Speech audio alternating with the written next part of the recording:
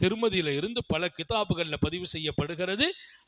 லா துன்ஸஉர் ரஹ்மா இல்லா மின் ஷகி, கருணை என்கிற ஒரு தன்மையை அல்லாஹ் ஒவ்வொரு இதயத்திலும் வைத்திருப்பான்.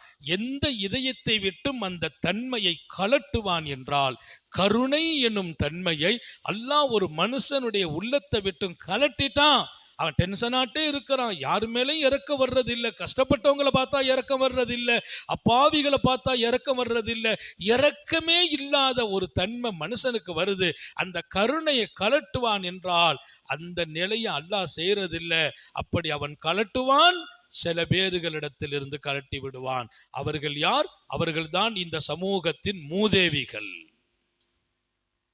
மூதேவிகள் துர்பாக்கியமுடையவர்கள். அவங்க கல்புல இருந்து கருணை எடுபடும். லா துன்ஸஉர் ரஹ்மா, கருணையை அல்லாஹ் பிடுங்குவதில்லை, கலட்டுவதில்லை.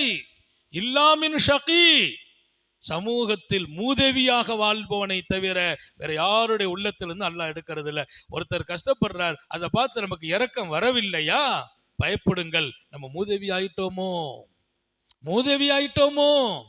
மூதேவிகளுக்குத்தானே கருணை வராது. அப்படி சொன்னாங்க ரசூலுல்லாஹ்.